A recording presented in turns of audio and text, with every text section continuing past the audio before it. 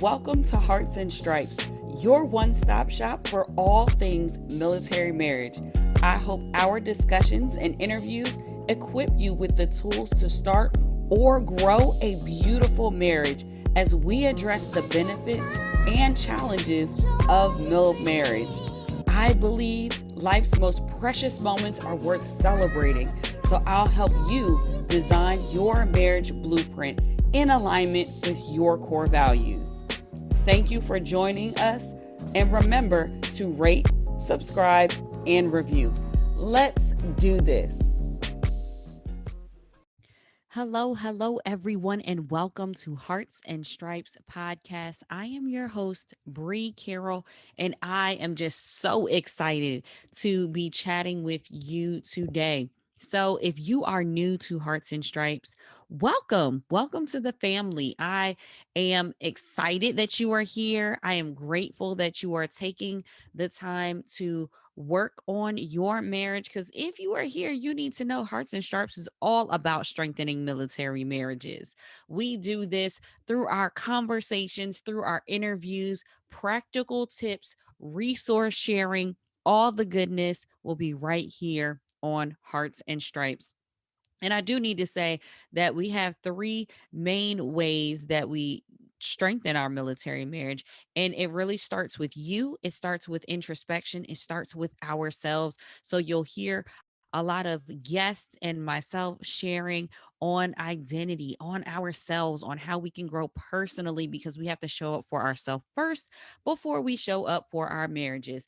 Of course, the second focus is going to be marriage. We keep it real here. We share some real stories, and by all means, go back and listen to past episodes. We touch on real things like infidelity, communication, so many different areas that impact our marriages, because our goal is for your marriage to thrive.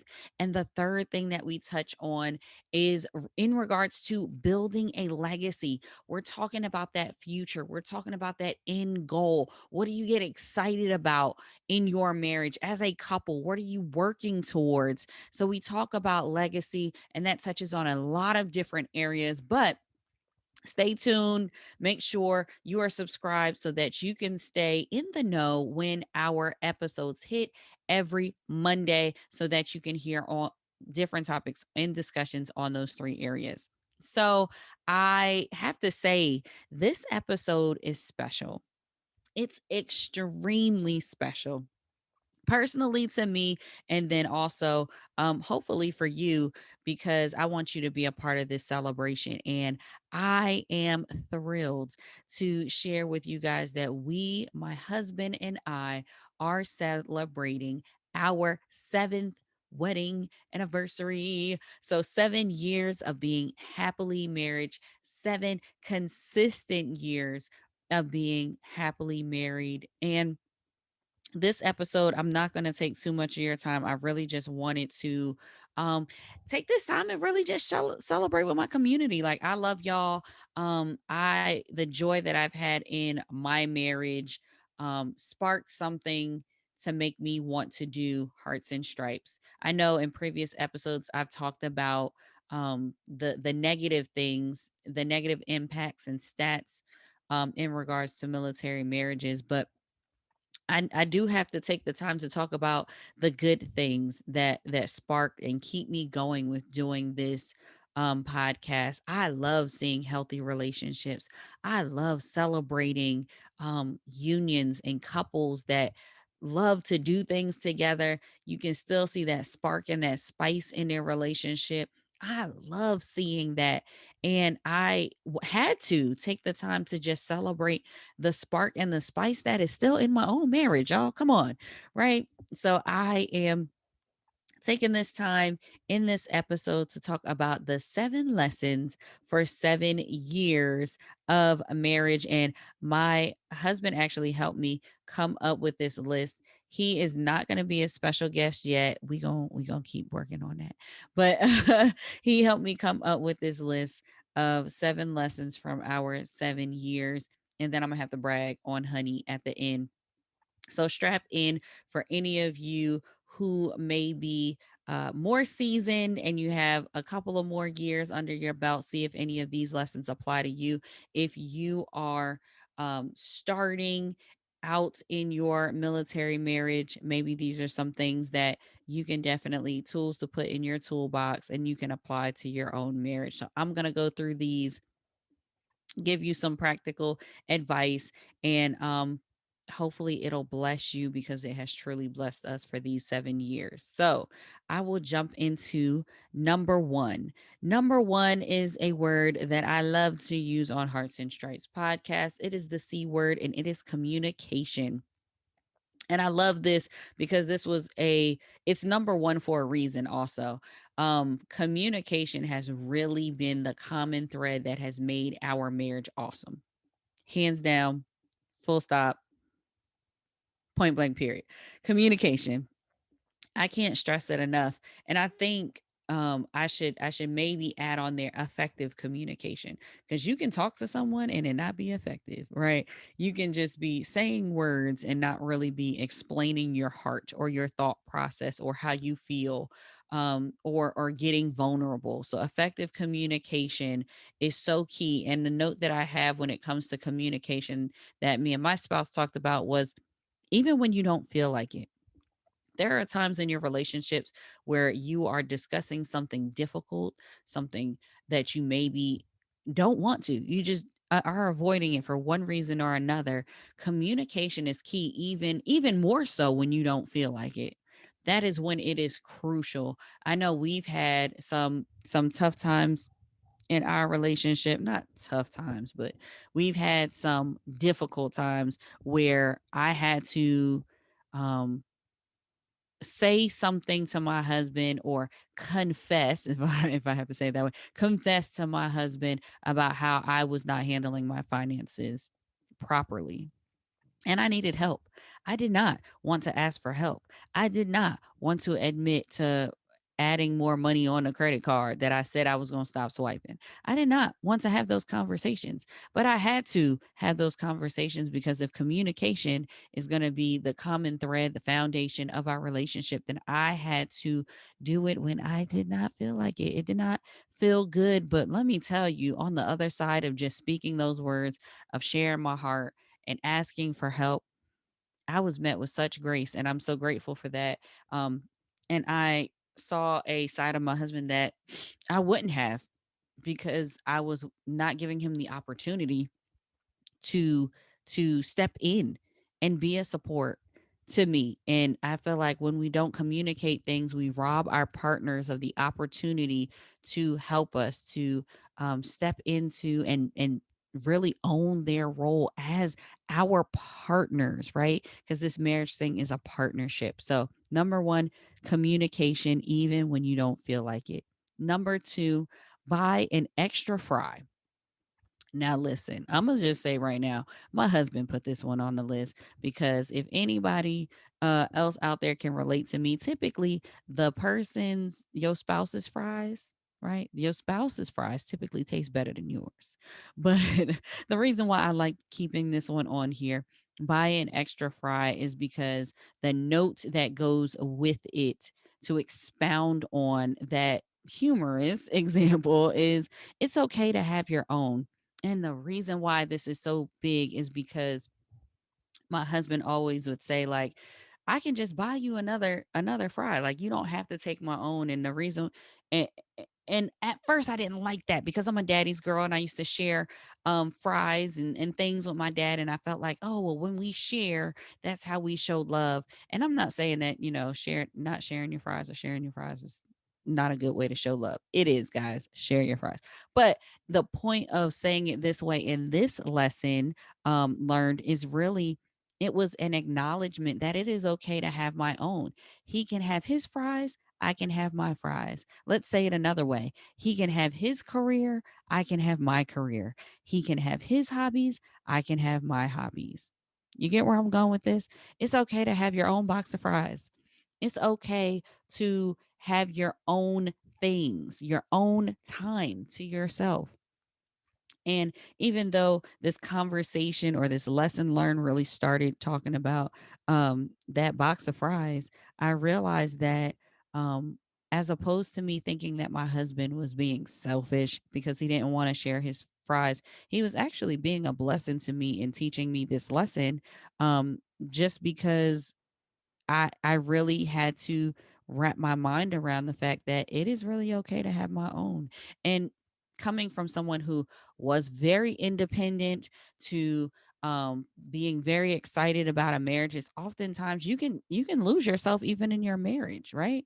There are some people who get really consumed with their husband or their wife's, their spouse's rank, their world in military life, and they don't have their own. They don't find their own way, their own path. I'm saying this lesson learned has been huge for me because I have embraced my own identity, and I so encourage each of you to do the same. I actually have a program called Identity that can help you and guide you through finding your identity, connecting with your people, and gaining the confidence that you need to go to the next level. So that is lesson two. Buy an extra fry. Lesson three, don't reinvent the wheel. Now, this one is, we actually came upon this one when we were talking through our debt free journey, and we are on the other side of that. So, that is something that we celebrated here not too long ago, but the celebration continues, right? Once you debt free, you continue to be debt free, prayerfully. Everybody continue to be debt free. And it is the way we got there, I should say. The way we got there is by following Dave Ramsey's baby steps through financial peace. And this was an eye opener for us because any of you who know Dave Ramsey or financial peace, it's been around for a very, very long time.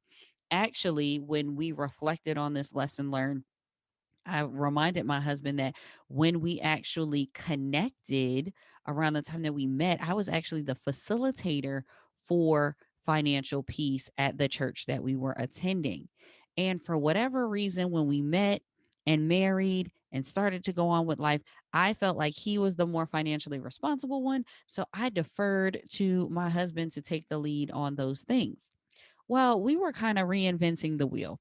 For several years, we were like, well, let's try this and we can do this. And maybe, there's good debt, maybe there's bad debt, and maybe there's this, that, and the third.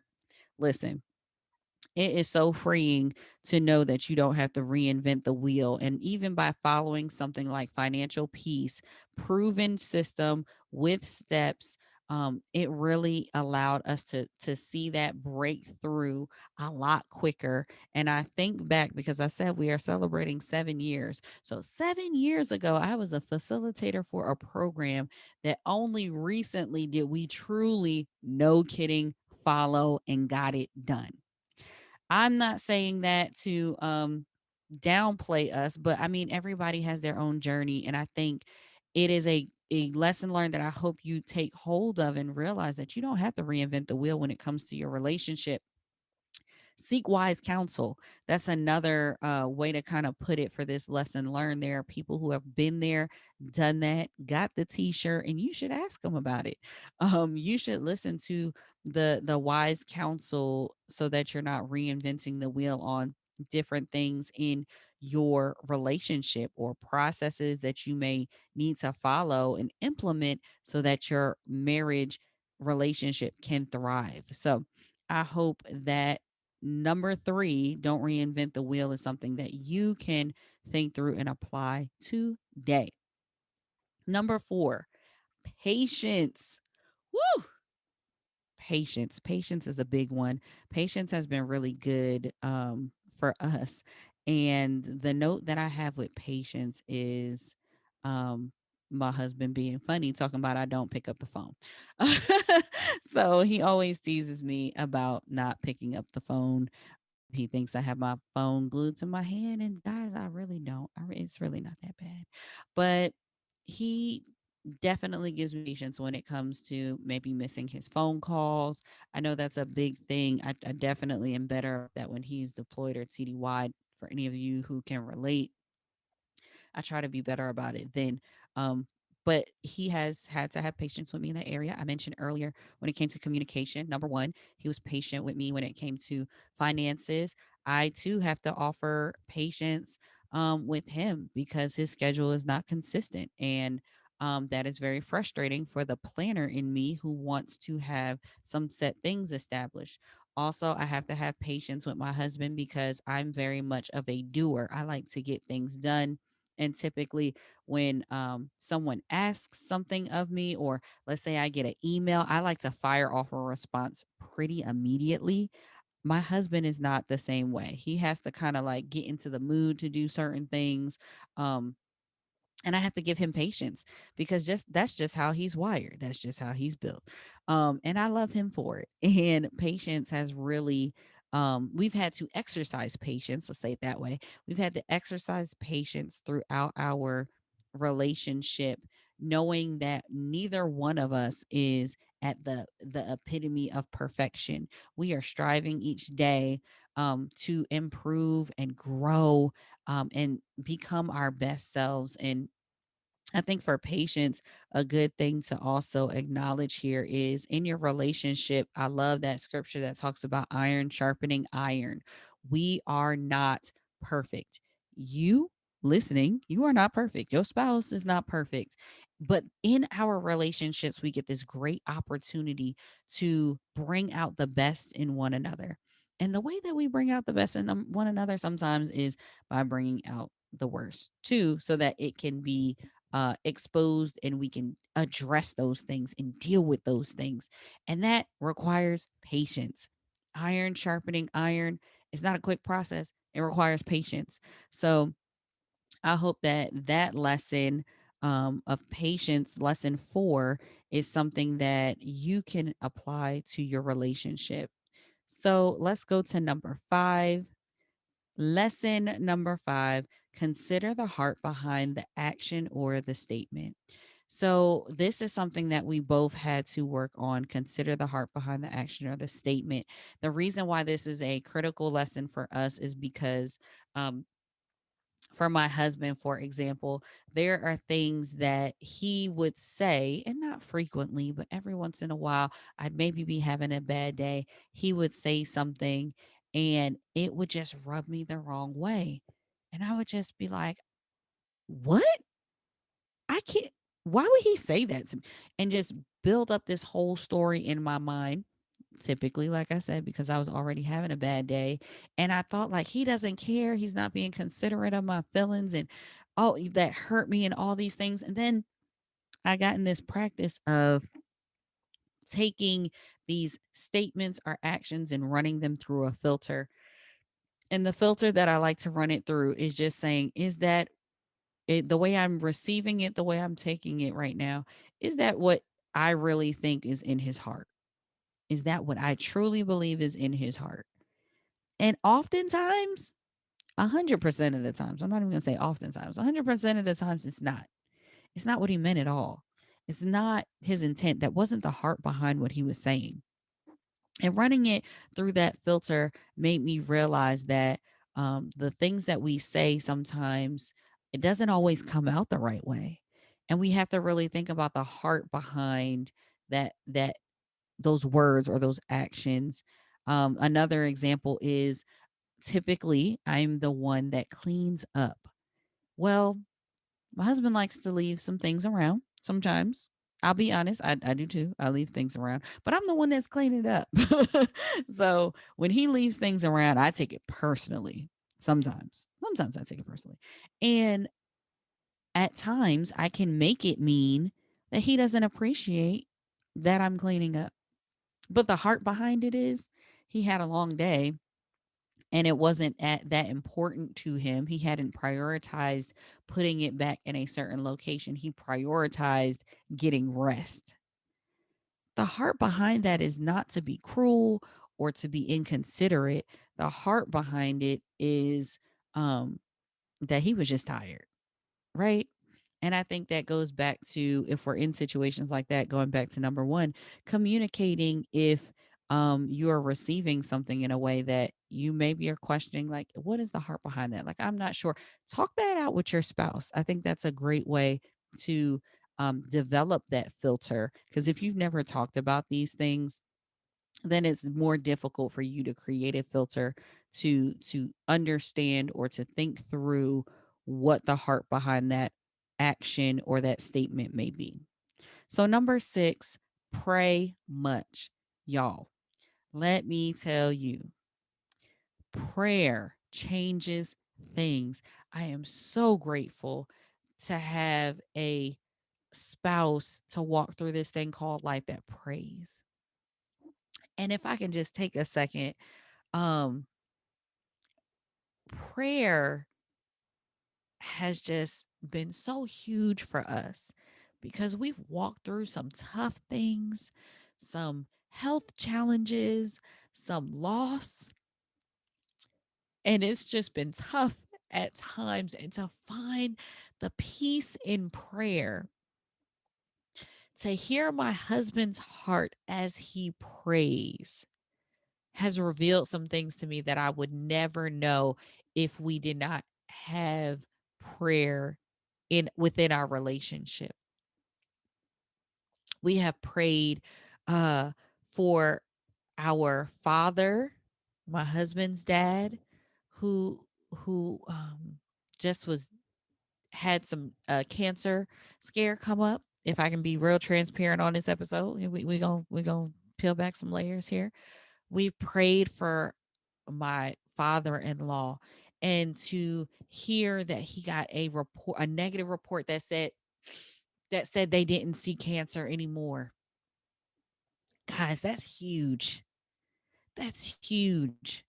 To pray in moments of uncertainty that 2020 has brought, or just with this military life, y'all, prayer changes things. So pray much. Pray much. And I think what I enjoy now, it's just listening to the prayers of our children. We have modeled something that our children are now seeing, and that's that legacy piece that I'm so excited about. Legacy is not just the money and material things that we will leave to the next generation. That practice of prayer is something that I'm excited to see our legacy.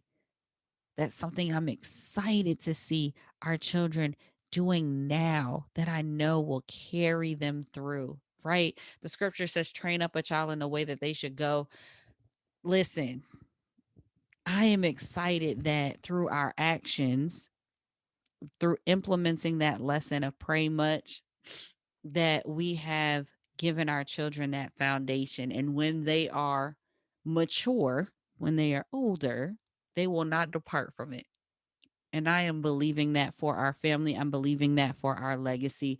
So for those who maybe don't have a prayer life right now, maybe you are hearing this, and I excuse me as I got a little emotional about it.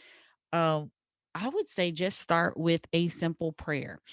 Prayer is not doesn't have to be overly complicated. It is really a conversation. And for y'all out there, you know that I am a faith based coach. And really, because I'm a relationship coach, the best way that I can explain prayer to you is it's a relationship. It is a relationship with your creator, and you are just speaking your heart because your creator already knows. God already knows. So you are just creating that space through prayer to build relationship and be honest. Simple prayers. Lord, I need help. Help me. Give me guidance. I have no clue what's going on, Lord. Fix it. Jesus, take the wheel. Yeah, I know a lot of y'all maybe know that one, but um prayer, implement it, try it for yourself, see if it brings some peace to you, see if it's a way for you to just purge some things that maybe you are holding in your heart. Pray much. That is the lesson. If you want to know more about prayer or get some resources, I have some friends of mine that have some fantastic resources that are prayer journals or steps to how to pray. I would love to connect you with that. So, pray much. That is lesson 6. So, lesson 7, rounding it all off with 7 lessons for 7 years, is don't take it too seriously. Don't take your marriage too seriously. And the reason why this is the last lesson is because all of these things really fall into uh this one lesson here. And it's one that I hope out of all of these that you can take away. Because I think oftentimes when we take our marriage too seriously, it becomes very transactional and like a business relationship. And that's not the goal here. The goal is not mediocre. The goal is not less than average. The goal here for our relationships on Hearts and Stripes podcast is for you to have strong military marriages and for your marriage to thrive. Keep it light, make it fun, crack jokes, have movie nights, get silly, get vulnerable. That's how you connect and get that stronger relationship. Don't take your relationship too seriously, is our way of saying to enjoy your partner, enjoy the journey of marriage with your partner, and don't feel like you have to operate in the thought process, the look, how everyone else thinks it needs to look. That's not what you're going for here. You got to do what's right for your relationship, which is why I love helping couples design a marriage based off of their core values. Your blueprint may look a little different from others. Now, we're not going to reinvent the wheel here. We are going to have some foundational principles that'll work in your relationship, but just because you see another couple and they check in with their in-laws every single day, that doesn't mean that that's what's going to work for your relationship. Don't take it too seriously. Have those conversations. Figure out what is important to you. Prioritize those things and keep it light. Communication. Don't make your communication too serious. It's okay to laugh. It's okay to share in joys and have silly moments and act like you were a teenager and stay on the phone all into the wee hours of the night, not really talking about anything, right? That was lesson 1, communication. Don't take communication too seriously when it comes to always feeling like it has to be a business conversation. Now, I do like our financial meetings, our business meetings that we like to call them, but that's not all the time. That's not the only thing you talk about. So keep it light. Buying that extra fry, right? Buying that extra fry, having your own. You don't take your marriage so seriously that you feel like that is the only role that you have to play, or that's the only um badge of achievement, and you're trying to get the best spouse award, right? Don't take it too seriously. Be you. Show up authentically in your relationship. Don't take it too seriously. That can apply to not reinventing the wheel as well. You get so set, so attached to a process that you start beating down your spouse or belittling your spouse because they're not following something to the letter. Hold on, chill out. I told y'all it took us 7 years to get it right. When it comes with the baby steps. Congratulations to those who got it right the first time, but we enjoyed the journey. I have no regrets. We enjoyed the journey and we kept it light with not reinventing the wheel. Patience, offering grace. That's how you that's how you apply lesson 7 um to lesson 4 with patience. You offer grace, right? Considering the heart of your spouse. How do we not take that too seriously? Grace again. Look, grace will cover a whole lot of these areas.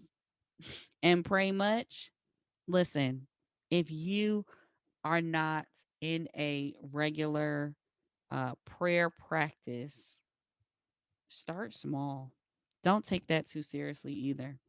There are couples that I've heard of that they spend more time praying and less time with their spouse, that they don't even, their spouse actually resents their relationship with their creator because they feel like they give their time to the church, like a building, an organization, and they don't give their time to their relationship. Y'all, don't take it too seriously. Make the priority thing the priority thing. So, those are the 7 lessons for 7 years. I hope that you took something from each of them. Communication, buy an extra fry, don't reinvent the wheel. Patience, consider the heart behind the action or statement. Pray much and don't take it too seriously. Those are our 7 lessons for 7 years. And I just have to take this time to give a huge shout out to my honey. That's what y'all should know him as, my honey. He is the one and only Donovan Carroll. I love you so much. You are an amazing father, an amazing husband. You are an amazing leader. It is easy to submit to you because I know your heart. You submit yourself to Christ, and I thank you for that. I thank you for implementing prayer. I thank you for putting your family and us first. I thank you for following your childhood dream of wanting to fly and achieving that and being an amazing example, not just to our kids, but other young people who look up to you as a role model. I thank you for being a man of integrity. I thank you for your honesty. I thank you for your thoughtfulness. I thank you for walking this journey of life and love, holding my hand, making me feel secure in our relationship. We don't have a perfect marriage, but we sure do come close. You are my best friend. And I am just so excited to see where this journey continues to take you, to take the two of us. And I've said it before that I will follow you and be in a cardboard box with you. And I still mean that. I said that when we met. I mean that even more today because there is so much wealth and value in our relationship, and I don't take it for granted. I do not take it for granted. And I love you. And I thank you so much for being my partner in crime. And I also want to thank you because y'all, let me tell you what kind of anniversary gift my honey actually gave me. This is he really surprised me on this one. And he knows the heart that I have for the podcast. And I'm just really grateful because the gift that he gave me, okay, I'm sorry, I'm getting emotional. The gift that he gave me for our 7th wedding anniversary is equipment for the podcast so that I can continue to spread this message of strengthening military marriages. And that was it was the best gift. It's the best gift. I would have never thought of that. If he asked me, I probably would have never said that. But I'm so grateful that he honors me in the way that he values what I'm doing so much that he gives me tools to help make it even better. So, shout out to Honey. Round of applause. I love you. Happy 7th anniversary. We are going to continue this amazing ride, and I wouldn't want to be on this journey with anyone else. So, you got 7 lessons for 7 years, and now we are going to jump into my favorite segment of Hearts and Stripes podcast, and that's our Heart Tracks. You can find our Heart Tracks at the playlist on Spotify as Heart Tracks 2. That's Heart Tracks 2 on Spotify. Listen to the full playlist and strengthen your military marriage. The heart track for this episode, of course, is our song from our first dance at our wedding, which is Beautiful by Music Soul Child. I love that song. And we actually got a chance to see music in concert, and it was so much fun. We were in New York. We were visiting my people on the East Coast. Y'all know I'm a Jersey girl, so we had a great time. We went to see the show. This was actually before we had our wedding. We were married the year prior, but we had the opportunity to see music, and it was so cool. It was just a perfect moment. um so yeah, the heart track is our wedding song, y'all. So jam out to that heart track and the many, many more that you will find on Heart Track 2 on Spotify.